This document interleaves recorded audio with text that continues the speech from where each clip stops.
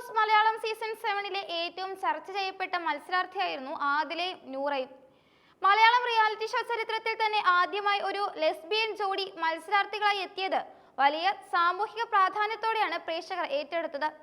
ഷോയുടെ അവസാന ഘട്ടം വരെ പൊരുതി നിന്ന ആദില 95-ാം ദിവസവും നൂറ 99-ാം ദിവസവുമാണ് ബിഗ് ബോസ് ഹൗസിനോട് വിട പറഞ്ഞത്.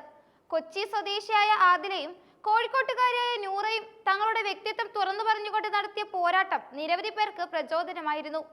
എന്നാൽ ഷോ കഴിഞ്ഞ് പുറത്തിറങ്ങിയ ശേഷം തങ്ങളുടെ ജീവിതത്തിലും സൗഹൃദങ്ങളിലും ഉണ്ടായ അപ്രതീക്ഷിത മാറ്റങ്ങളെക്കുറിച്ച് ആദില ഇപ്പോൾ പങ്കുവെക്കുന്ന കാര്യങ്ങൾ സോഷ്യൽ മീഡിയയിൽ വലിയ ചർച്ചകൾക്ക് വഴി തുറന്നിരിക്കുകയാണ്.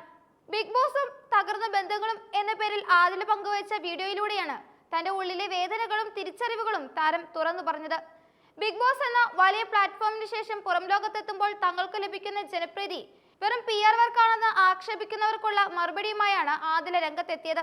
തങ്ങളോടുള്ള ആളുകളുടെ സ്നേഹം കണ്ട് പലരും കമന്റ് ബോക്സിലും മറ്റും ഇത് പൈസ കൊടുത്ത് ചെയ്യിക്കുന്നതാണോ എന്ന് ചോദിക്കുന്നുണ്ടെന്ന് ആദില ചൂണ്ടിക്കാട്ടി. ഇതിനൊരു ലവ് PR എന്ന് വേണമെങ്കിൽ വിളിക്കാമെന്ന് പരിഹസിച്ച താരം, പൈസ കൊടുത്താൽ കിട്ടുന്ന സ്നേഹമല്ല ഇതെന്നും ജോലിക്ക് കൂലി കൊടുക്കുന്നത് പോലെ സ്നേഹത്തെ കാണാൻ കഴിയില്ലെന്നും വ്യക്തമാക്കി. ഒന്നും നൽകാതെയും ഒന്നും പ്രതീക്ഷിക്കാതെയും തങ്ങൾക്ക് ലഭിക്കുന്ന നിരൂപാധികമായ സ്നേഹത്തിന്റെ വില എത്രത്തോളം ഉണ്ടെന്ന് പുറത്തിറങ്ങിയപ്പോഴാണ് മനസ്സിലാക്കാൻ സാധിച്ചതെന്നും ആദില വികാരധീനിയായി പുറത്തു പറഞ്ഞു.